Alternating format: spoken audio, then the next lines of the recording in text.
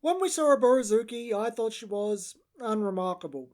She was way too dependent on light attribute costs, maybe pushing into mono light and only dual light cards a little too hard for maximum efficiency. I also called that due to her wording, she would get additions as support. Hi everyone, some Gamer Dude here. This last week was the Epic of the Dragon Lord's Light Week. This was the set's chance to sell me on a Aburazuki. Did it manage to make her more appealing than she looked all on her lonesome? Let's find out. I've already covered Endless Light the Star Sword as it's the buy box promo. It's a good card, but I'm not going to cover it again. If you want my opinions on the Star Sword, I'll have a link in the description.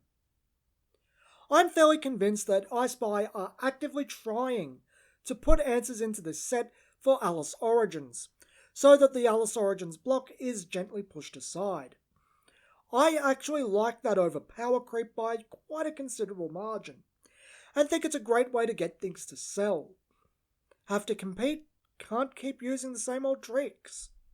Exorcist Mage at the Academy is a 400/400 quick cast human wizard for light. His effect essentially screws over Rezard really badly, and hampers a lot of stranger support. While he is out, if a Resonator would be put onto the field without being played from the hand, it is removed instead. Sigurd, Hakai, you don't exist anymore. The part of true power? Big ol' nope. You paid for nothing. Strangers being summoned by judgment?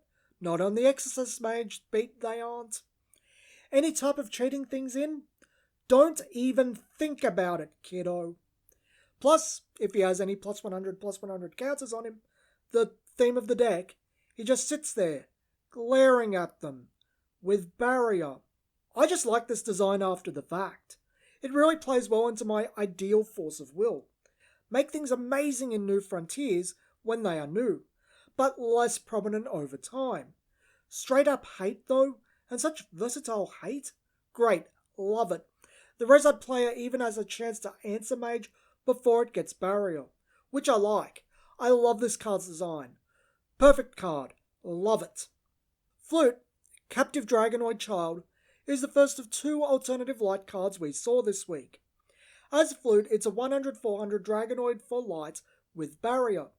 She can tap to produce light. Not the first time I've seen a light have a mana dork. Will production is actually a minor theme of light in Force of Will. Secondly, she can tap to give any entity a +100/+100 counter. Some might think I'd be a bit irked about a mana dork with barrier, but I'm not. She's a 100/400, and the game has the ability to attack Resonators. Essentially any and every 1-drop can deal with her. It's not a big deal. She has the potential to get scary as things go on thanks to the +100/+100 counters. But chances are, due to how the deck works, she probably only has one of them. I'll swing back to Flute later because she gets a lot more relevant as we go through the rest of the cards. The bottom half of Flute is Group of Comets, a light board wipe for 3 light and 1 void. Destroy all J Resonators without a +100/+100 counter. Oh wait, that's not a board wipe. The deck you're running revolves around +100/+100 counters, so your guys are safe. More J-Ruler kill too, which is interesting. Even if it just picks off most of your opponent's board, it's better than nothing. Yeah, it might be situational either because mirror match or someone splashing in +100/+100 counter generation for whatever reason, but you have the Flute side. I like this. I like the application of the alternate card here. Situational, but good chant. Great Resonator. It's how multi-use cards should be handled. I do want to mention this before I go on though, as it'll be relevant next video too. If a Aburazuki reveals this card, or another alternative light card that has 3 light will attributes between its 2 costs, she gives 3 +100/+100 counters. That's interesting to think about. Here's that addition I thought was coming. Starlight Canopy is a light addition for 2 light will. When it enters, remove a non-J-Rule or non-Magic Stone entity with a cost of 3 or less from the game. Again, more hate for Alice Origins. It's inclusive of Regalia. It can get rid of those. Any of those annoying additions like Road to the Sacred Queen, Road to the Flame King, or Cage of Mother Goose you might run into are gone too. Now, 3 or less removal for 2 will on an edition isn't bad by itself, especially with how wide open it is, but it gets better. It's what you want to see for a Borozuki. She can gain +100/+100 counters and shift them to this card on her ruler side. When she does, draw a card. Simple, but effective. It really feels like her version of a Regalia. Where the Regalia triggered some abilities and gave you ramp for an additional 2 cost, but was hard to target, this gives you, at minimum, an additional draw a turn. Now, Starlight Canopy does carry some risks. You are effectively stockpiling all those +100/+100 counters onto it, an addition, with a format with a ton of generalized hate and some specified edition hate. While you're getting cards, yes, a Borozuki's J-Ruler side can drain all of these counters off of Canopy, meaning they aren't dead the moment they hit Canopy. There is also Luna's Sword, which uses +100/+100 counters as a resource, but I'm not even sure that fits into the deck right now, not without some massive blows to consistency. This is probably why it has control and draw on it. So even if you lose all of the counters from control, you got value out of it. It's hard to get mad about dice to control when you likely got at least 2 cards worth out of it. That's Value Town by itself, and things should have answers. It's not as feel bad as equipment type editions, that is just a -1 for losing it on top of losing the Resonator. I really like this card. It's more in line from what I think Regalia should have been. Reiya, Spawn of the Star, is our second alternative light card and asks a lot of questions. The first is whether every colour is getting both a Marvelous Rare and Super Rare alternative card, which now seems to be the case with Ale revealed. Second is, what the hell is Reiya? And what the hell happened to Reiya? Her original title was Reiya, 4th daughter of the Mikage. Seijiro's daughter, pretty clear cut. She's a vampire, just like her dad. Then we get a Borozuki, her mother, who hasn't always been a vampire. That card shows Reiya as a human, so maybe she wasn't born a vampire, but was vampirized with her mother and presumably sisters. But now, according to what iSpy said on this card's reveal, Reiya is a Borozuki's daughter-in-law. So she married one of a Borozuki's children? Everyone's assuming they mean foster mother, but who knows at this point? She's also the spawn of a star. Now, I can't seem to find anything about stars reproducing by spawning things or splitting. They're formed by gases. But what did I find? Cthulhu, the star spawn of Cthulhu. Cthulhu are a race in force of will. While the big guy has never appeared, Nyarlathotep is a major character. Those exact words, star and spawn. Could this be a hint at Cthulhu finally showing his face after some 6 years of waiting? But why is she a vampire later on? If she's a Cthulhu like Nyarlathotep, why have we never seen her monstrous form? Is the vampire her monstrous form? How does Seijiro fit into all of this? Why is Reiya far more interesting than a Borozuki? Anyway, with all of that out of the way, how about the card? It's a 700/700 human for white. I knew that stat line would stay around. Wish it wouldn't.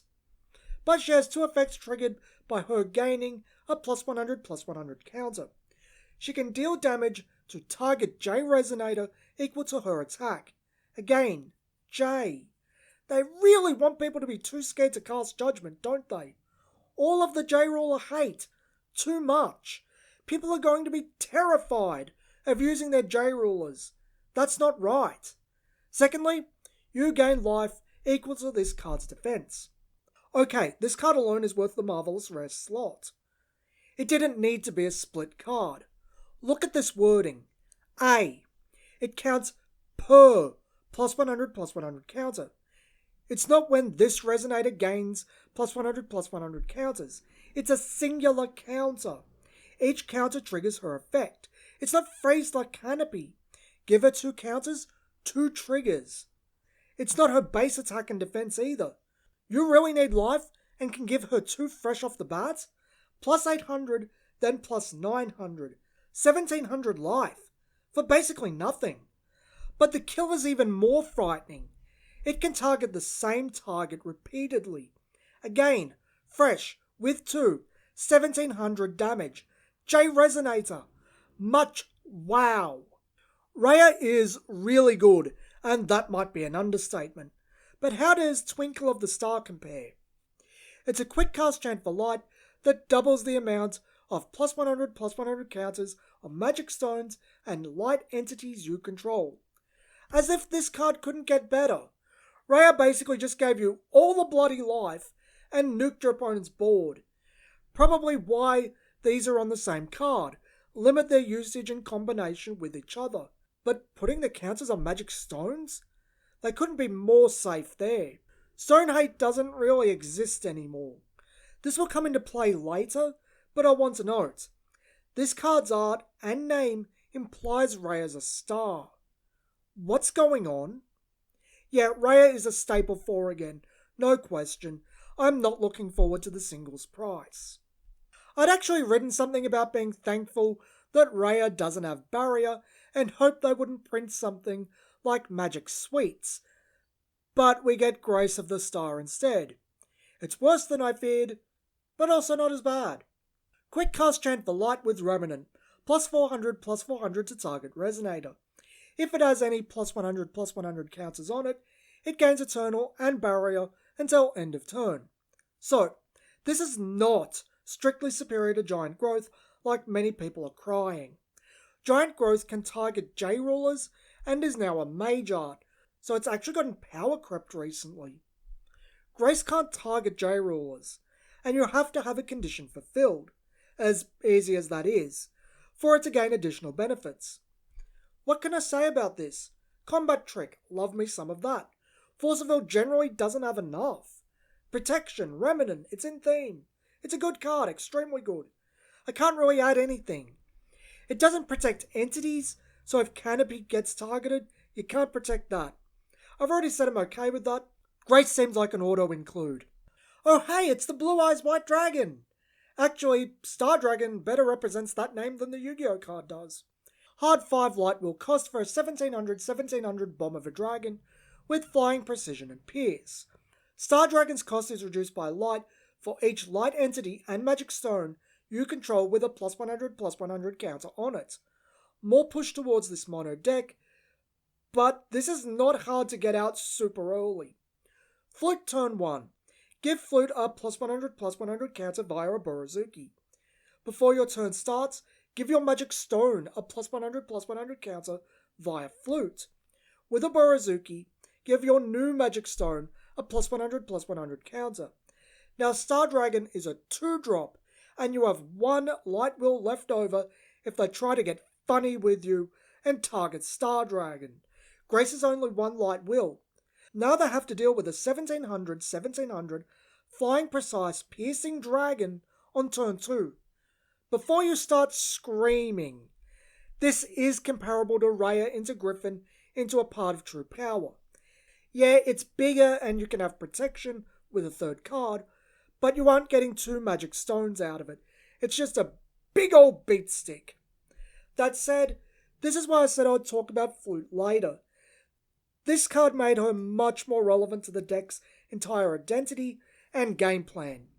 More than that though, Star Dragon actually makes use of a Borozuki. Yeah, you need mono light for maximum consistency, but the output here is worth it. While I mentioned a Borozuki with Canopy, this card actually incorporates her into the game plan more than just additional triggers. It's necessary.